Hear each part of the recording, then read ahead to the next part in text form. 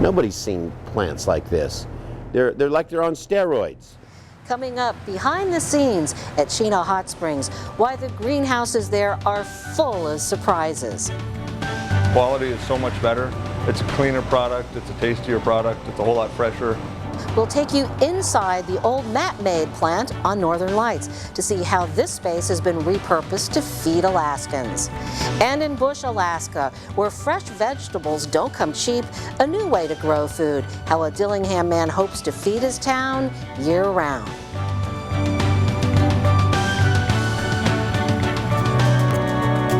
Alaska, where there are old triumphs, but also new frontiers, with challenges as great as the state itself, but a belief the best is yet to come, bringing you the faces, the places, and the spirit of the last frontier. This is Frontiers with Rhonda McBride.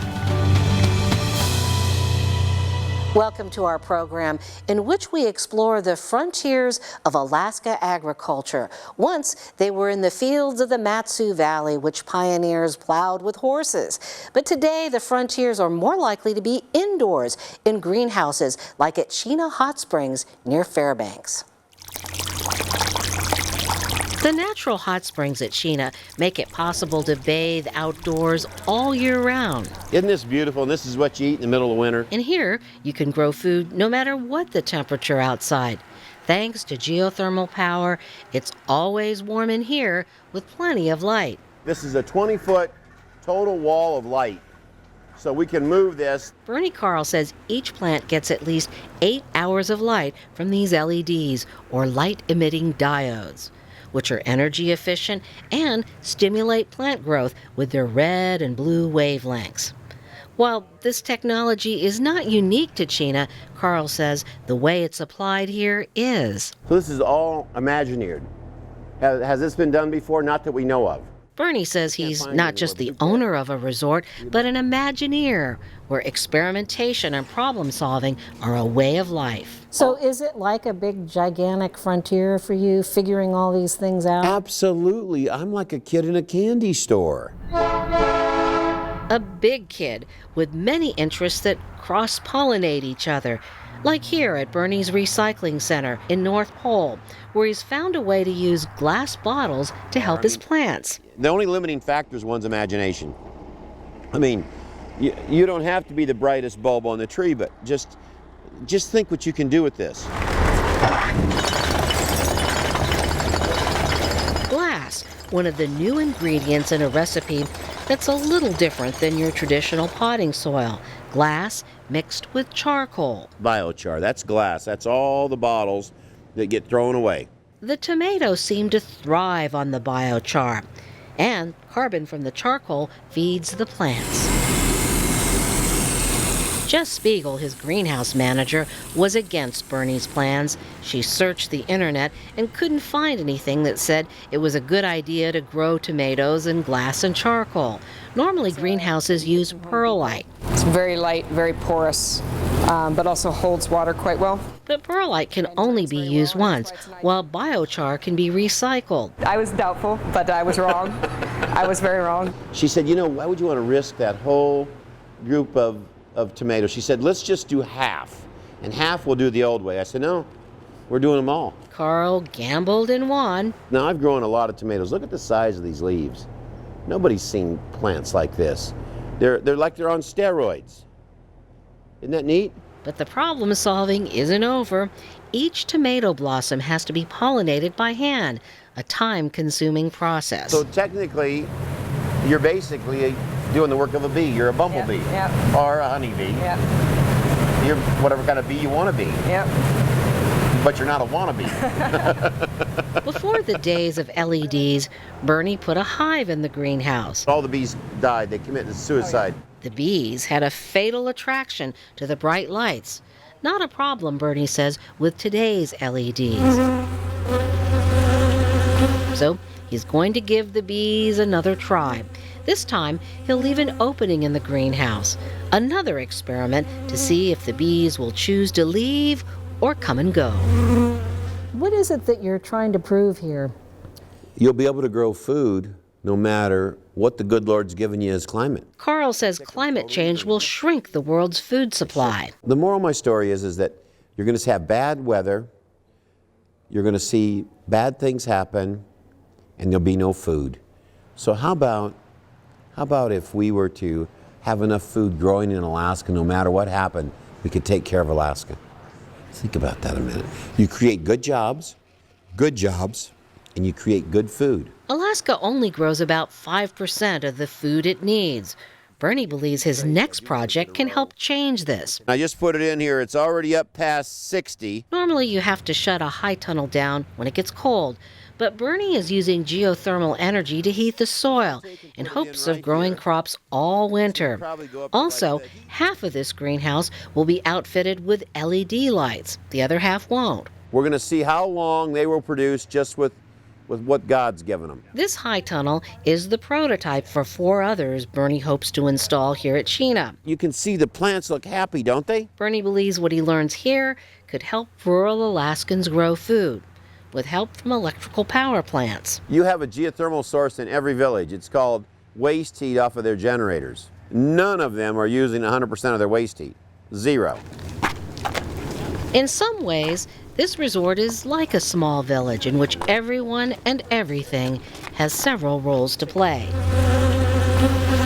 From bees that make honey but do double duty as pollinators. Nobody's a slacker in the bee world. To horses for the tourists, but also a supplier of fertilizer, where problems become fodder for innovation. It's taking lots of ideas and putting them together, making something better. You think that this is a huge, wide open frontier for the next generation? Well, in everything. I mean, I tell you that the opportunities are endless. There's more opportunity right now than there's ever been in the history of man. Ever. Some of that history is being made here at Chena, Just pops down in there. where ideas grow like the plants, And 3 weeks later, you'll have this. where all the world is a living laboratory. Nature will show you how to do it all if you're looking. A lot of people don't look. But there's definitely a lot here to see at Chena, and plenty of food for thought. Bernie Carl's motto is "Sustainable is attainable," which is how the Chena Renewable Energy Fair got started, to showcase the latest in green technology. So mark Sunday, August 14th on your calendar for free tours of the greenhouses and other geothermal projects. Still to come, from the North Slope to Bristol Bay, a growing interest in raising food closer to home. I think we're just kind of hitting that first stage of like a food renaissance up here. I really do. Growing food in a box. Why one Dillingham farmer is so determined to try.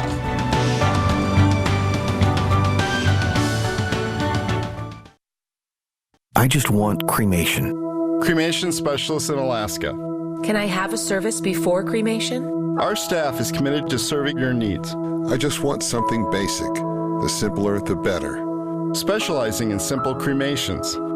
Whatever your reasons are for choosing cremation, call Cremation Society of Alaska 277-2777 or in the Valley 373-8627 and on the web at alaskacremation.com. The Alaska Native Tribal Health Consortium provides comprehensive health services for Alaska Native and American Indian people across our state. In addition to world-class care at the Alaska Native Medical Center, our work delivers health services for rural Alaska. From cutting-edge technology for the best care possible, to modern construction of clean water systems and health clinics, to health training and outreach that honors our culture, our vision is that Alaska Native people are the healthiest people in the world. I thought I was the only person who didn't know how to drink appropriately. Alcohol was a best friend for years, and eventually it stopped doing that. I just knew I had to quit. I needed to be there for my children. My day one was May 22nd. My day one was... Day one for me. My day one. My day one. Day one. My day one was September 29th, 2007.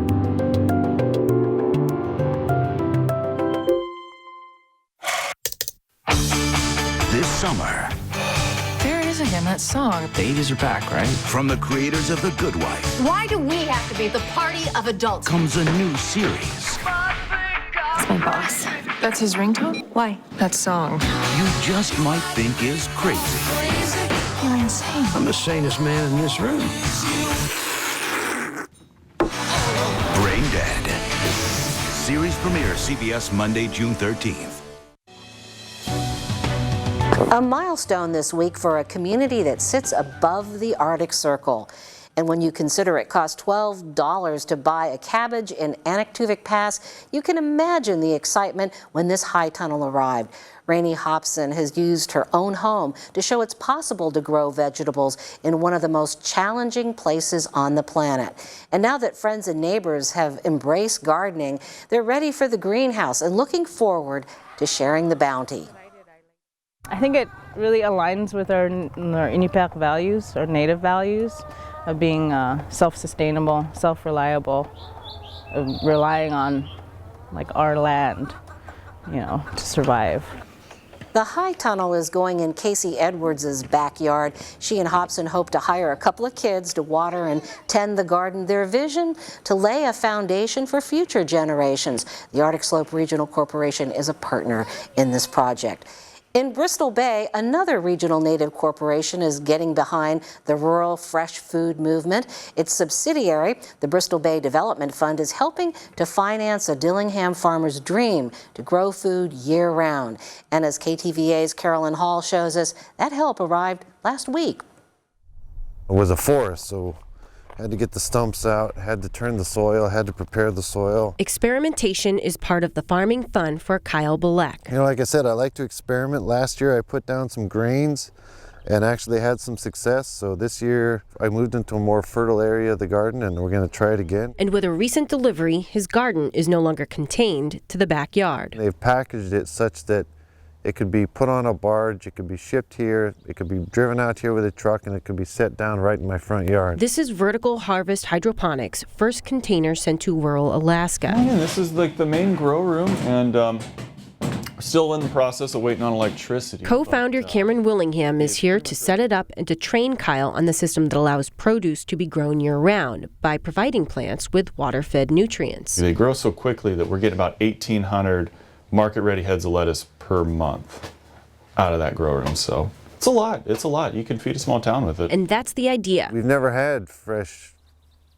lettuce out here in February. For Kyle to sell the produce through winter. One of the things I really enjoy is experimenting, trying new things, finding new ways to produce food, as well as relying on the old ways to produce food. So this container van is really just an extension of that. It's just another smart way to grow food. Old ways mixed with new, all part of an ongoing quest for year-round sustainability.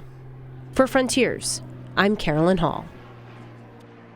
Kyle Bulek plans to sell his vegetables to individuals, restaurants, stores, and schools. Now here's a look at what his container should look like in about 6 weeks. Bulek is working with Vertical Harvest Hydroponics in Anchorage. The company showed us its prototype for the container system last fall. They were growing butter lettuce, mixed greens, and kale. And just ahead, another indoor growing operation to show you. This one is in Anchorage. Jason Smith is here to tell us about how he's reinventing the business of agriculture inside a building with some history of its own, the old Matanuska-made dairy building.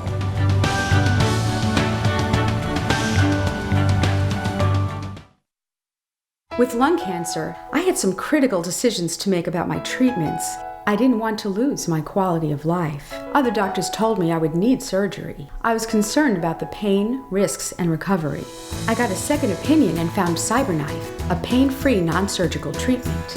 It's the same precision, but without surgery, and in just 1 to 5 treatments. You can continue your active life with CyberKnife. Call the Alaska CyberKnife Center at Providence Cancer Center to see if CyberKnife cancer treatment is right for you.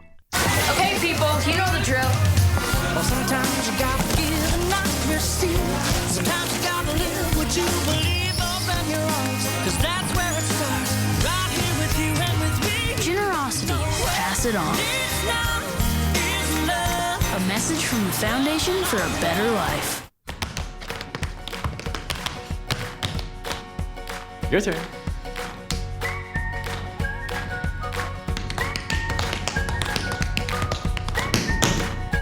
Your turn. Do you feel anything? She's dancing. Help protect your baby. Download the free Count the Kicks app. Studies show that regularly monitoring a baby's movements helps reduce the chance of stillbirth. Your turn. Count the Kicks. Visit counttthekicks.org. Congratulations to KTVA 11 News, winners of 9 Goldie Awards from the Alaska Broadcasters Association. KTVA is there when news happens, from this summer's devastating Sockeye Fire to investigative research, honored for groundbreaking coverage of Alaska sports, from Seward to Nome, delivered by Alaska's finest sportscaster, and recognized for creating new frontiers. KTVA 11 News is there when news happens. Be there.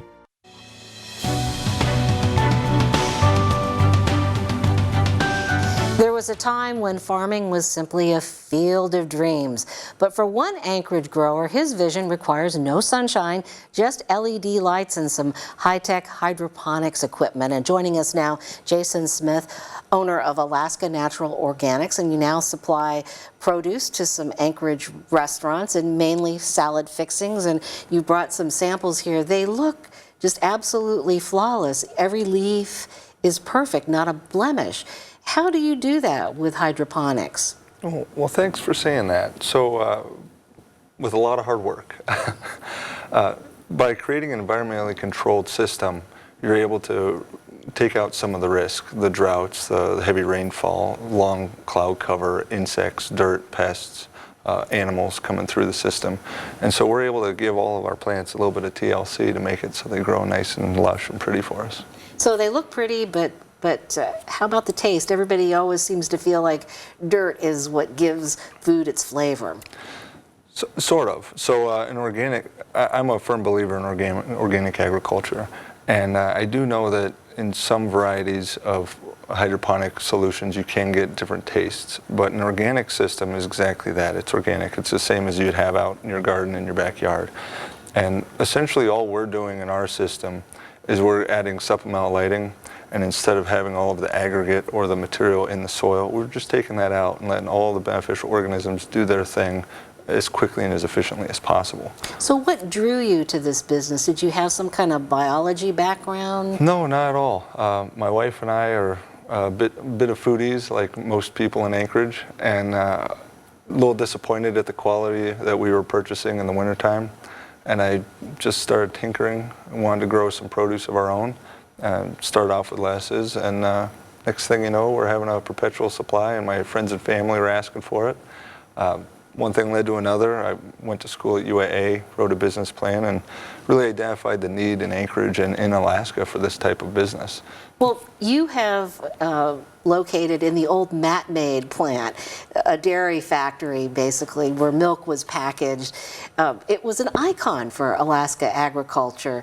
And do you feel like there's something about locating your business in a building that has that kind of history? I think it's a blessing that we were able to get in there. That certainly wasn't intentional. The space was available, and we were able to negotiate a pleasant deal with the owners, and they were happy to get us in there. They've been very supportive since. But certainly that wasn't in the cards when we first started. And you're not in the entire building, just a part of it. How is it working for you functionally? Oh, it's very efficient for us. The space we're in is very unique, and while it might not be so great for a lot of other businesses, for what we're trying to do, it's a perfect fit. And why is that? So the area that we're growing our produce in is actually the old dairy refrigerator unit. So it's got plenty of insulation in it, and it's essentially designed for food production. And so it's very easy for us to clean, and we don't have to worry about spills or water getting on the walls or anything like that. It's essentially the perfect fit for what we're trying to do. Well, you've got some samples here. It looks like your crops are limited to salad fixings, pretty much. What are you growing and why? We're growing a handful of varieties of lettuces. We've got some microgreens and some basil. And I chose those as our initial products simply because it gives us a chance to be able to compete with the lower 48. One of the things you mentioned earlier is that Alaska is dependent on a lot of our outside sources of produce coming in. And while it's very difficult for us to compete on the same price point as the big ag farms, down south of the border in California and whatnot, if we can at least compete on the quality and have a much better quality product, we're able to get that buy-in from the local chefs. Well, the number that the Alaska Food Policy Council puts out is that we only grow about 5% of our food. So the other 95% is all imported. That's a huge number. I mean, we must be among the states that import the most. That's what it feels like. That's absolutely what it feels like. And I think there's plenty of opportunity for Alaskans if they want to try to take up that other 95%. No pun intended, but there's room for the business to grow. You think by a lot, 95%? I mean, what do you see as possible, feasible? So, real quick, several years ago I got to go down to one of the bigger grocery stores in San Diego, and when I walked in there, I'd never even seen so many varieties of tomatoes and cucumbers and all of this other food. I was just in a state of shock because we just don't get that in Alaska. And I think in the next 5 to 10 years it's possible, with enough hard work and collaboration, we could have all of those varieties brought to Alaska or grown here in Alaska. And so I think the industry can grow without necessarily competing with each other. But there's sort of a price point for businesses like restaurants. I mean, if they have to pay more, that means that they have to charge more. So how are you doing economically? Can you make this pencil out yet? We can. We do have to stay very aware of our prices, our own costs, because of course our customers do too. And I think in order for this type of industry to take off, we are going to have to be able to compete with the lower 48 and get our price points down. We're not initially there yet right now, but we are working pretty hard to figure out how to get our costs reduced and our efficiencies up so we can compete on a dollar-to-dollar basis. So for now, it's just the lure of the freshness that draws people.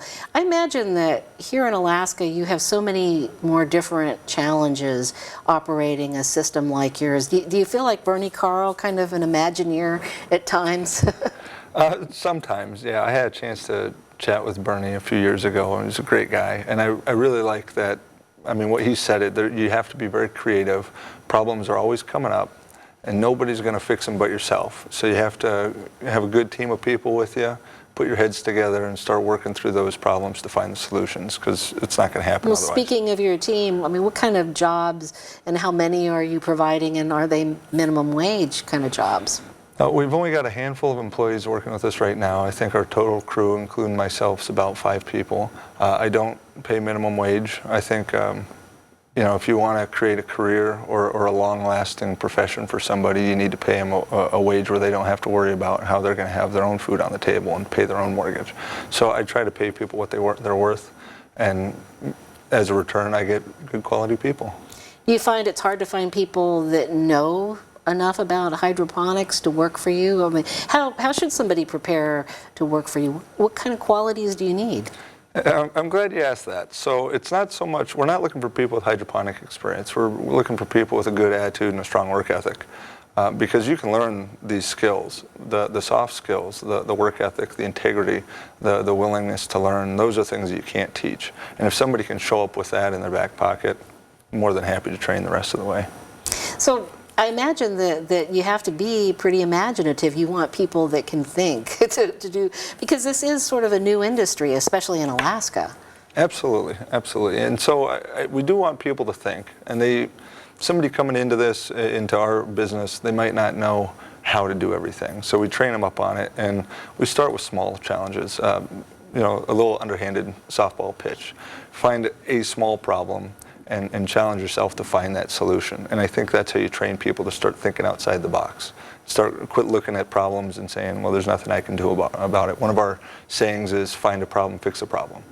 That's a good one. Maybe Bernie will add it to his collection of quips. But one of the things that I wonder, though, is so far you're just growing salad fixings. I mean, is there a potential for anything else on the horizon? Absolutely. I mean, not probably within the next 12 months, but I'd really like to look at a lot of the other high-calorie items. I mean, we could touch in on some of the other tomatoes that aren't being addressed in the market, or cucumbers, peppers, things like that. What about fruit?